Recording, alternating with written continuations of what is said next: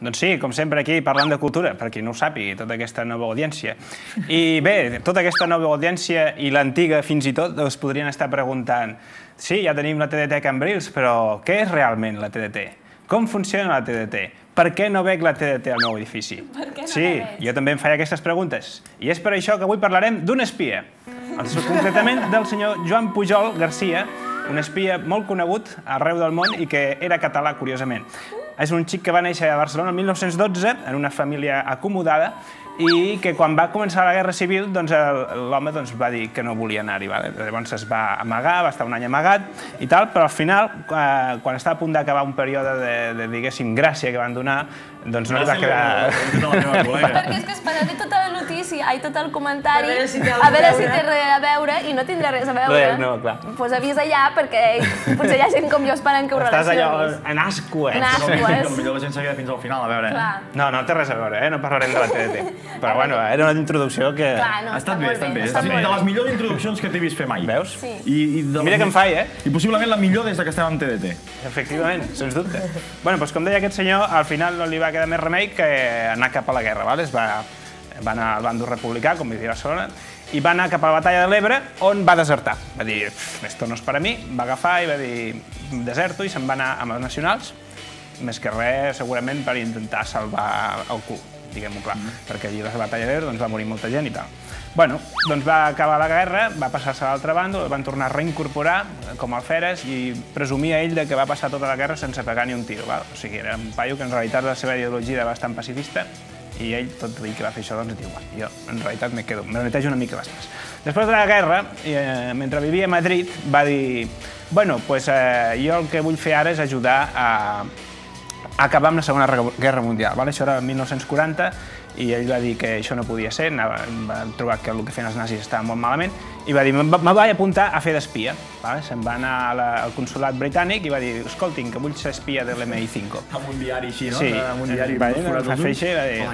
que venia per lo d'espia. I li van dir, no et volem, no? Fora. Bueno, doncs aquest home, en comptes de desistir, el que va fer és anar-se'n a l'ambaixada alemana. Recordem que Espanya era un règim feixista i, per tant, era més aviat tirant cap al nazisme, simpatitzava amb el règim de Hitler, i llavors allí sí que el van agafar, els hi va vendre una mica la moto, va dir que tenia contactes i tal, i van dir, vinga, t'agafem d'espia.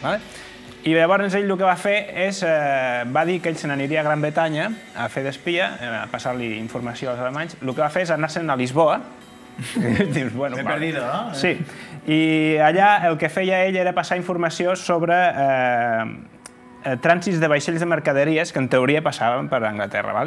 Com estava a Lisboa, a banda no parlava anglès tampoc, ell el que feia era mirar els noticiaris, abans hi havia tipus allò del Nodo, una cosa per l'estil, aquests noticiaris, a partir d'això, informació que trobava a la biblioteca i una guia que tenia dels ferrocarrils d'Anglaterra perquè havia de justificar els gastos i tot això que tenia i no sabia com anava res. Doncs veient els preus que ficava allí que valien les coses, ell passava les comptes de gastos i passava informes d'aquest trànsit de vaixells que era totalment fals. A partir d'això, els anglesos, que l'havien estat vigilant, per si acaso, li van dir, bueno, vale, paio, ho fas bé això, ara sí que realment et fitxem. El van fitxar i llavors es va convertir en el que es diu un agente doble. Allò que dius, què és un agente doble? Doncs un que diu que treballo per aquest, però després treballa per l'altre. Molt bé, molt bé. Llavors li van dir Bobril, els alemanys li deien Arabel, Arabel, el xico este català. Arabel noi. Sí. I llavors el que va fer és crear una falsa xarxa d'agents anglesos que estaven a favor dels alemanys. Dius, bueno, va crear una tonterieta. Doncs no, ell va crear una xarxa de 27 agents que no existien i el que feia era passar aquests informes falsos. Llavors hi havia 27 persones diferents que en teoria enviaven informes i aquest home tenia l'afanyada de fer que tot això coincidís, que no es contradissin uns als altres i que després, quan es veiés que la informació que era falsa, que no cantés massa, poder-se justificar i que no l'enganxessin. Fins i tot en un cas va dir que en un port on havien de passar un munt de barcos ell no va informar-ho i el que va dir és que l'home que tenia allí vigilant s'havia posat malalt i fins i tot va publicar una esquela en un diari local i els va dir, veus, l'esquela? I fins i tot li van donar una pensió a la dona d'aquest suposat espia inexistent. O sigui, el tio però era gent que no existia realment. Sí, no existien. Ell deia que un era un aviador borratxo, l'altre era un que estava vigilant al port i també eren gent, segons ell, eren gent amb influència i els hi venia la moto, vale?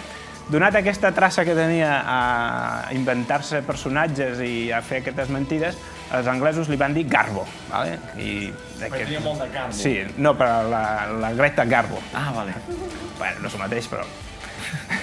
Però bueno, està bé.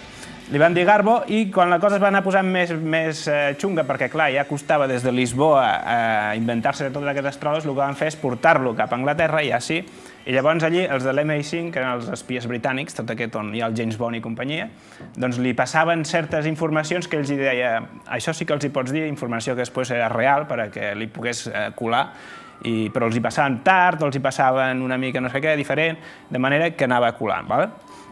Ell anava fent, guanyava un munt de diners, perquè clar, ell era qui gestionava aquesta xarxa de 27 agents que havia de mantindre. Les nòmines de 27 tios. Clar, i ell es anava fent, o sigui, anava recollint molts diners, i pel que és més conegut el Garbo és perquè va ser una de les peces claus de l'operació Fortitude, que dius, oh, Fortitude, que bonic això. Què és l'operació Fortitude? Doncs bé, si recordeu el dia del desembarco de Normandia, doncs el que va ser l'operació Fortitude era una operació d'enganyo.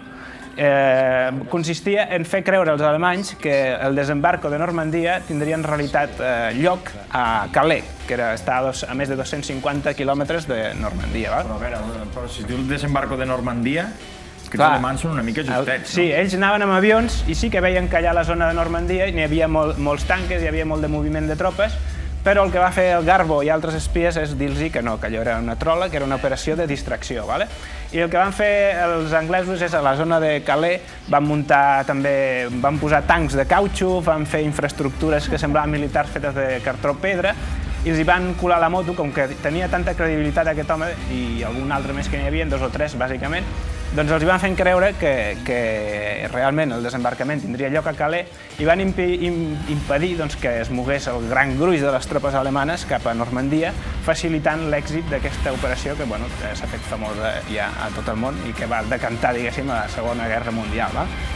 Tot i això, d'aquesta colada de moto, no el van enganxar, no el van enganxar i els hi va saber vendre la cosa, ai, ha sigut un error, però ell va continuar treballant per ells de manera falsa i fins i tot els va fer creure que més endavant, quan van bombardejar Londres, que els hi va passar uns punts estratègics que després tampoc no eren, o sigui que els hi colava la moto contínuament, però no, ho sabia fer prou bé, de fet era un paio molt hàbil i els hi va anar colant. I com a gràcia final, diguéssim, després de quan ja va veure que la cosa es posava molt peluda, el que va fer és falsificar la seva detenció i encara fins i tot els alemanys li van concedir una medalla, una creu d'acer, i és un dels pocs espies, un dels pocs soldats que va estar, com se diu, li van posar medalles, condecorat pels dos bàndols, té la creu d'acer alemana i l'ordre de l'Imperi Britànic. Que dius, quin paio, aquest senyor, de Barcelona, doncs bueno. Quin garbo que tenia. Sí, doncs bueno, aquesta és la seva història. Després de la guerra, potser amb una mica de paranoia, el paio es va donar per mort, o sigui, va fingir la seva mort, tenia traça de sobres, va deixar, aquest home estava casat... El borratxo o el malalt? Sí, vés a saber, no se sap molt bé això. De fet, molts documents d'aquests estan desclassificats des de fa no massa, però fins ara eren secret.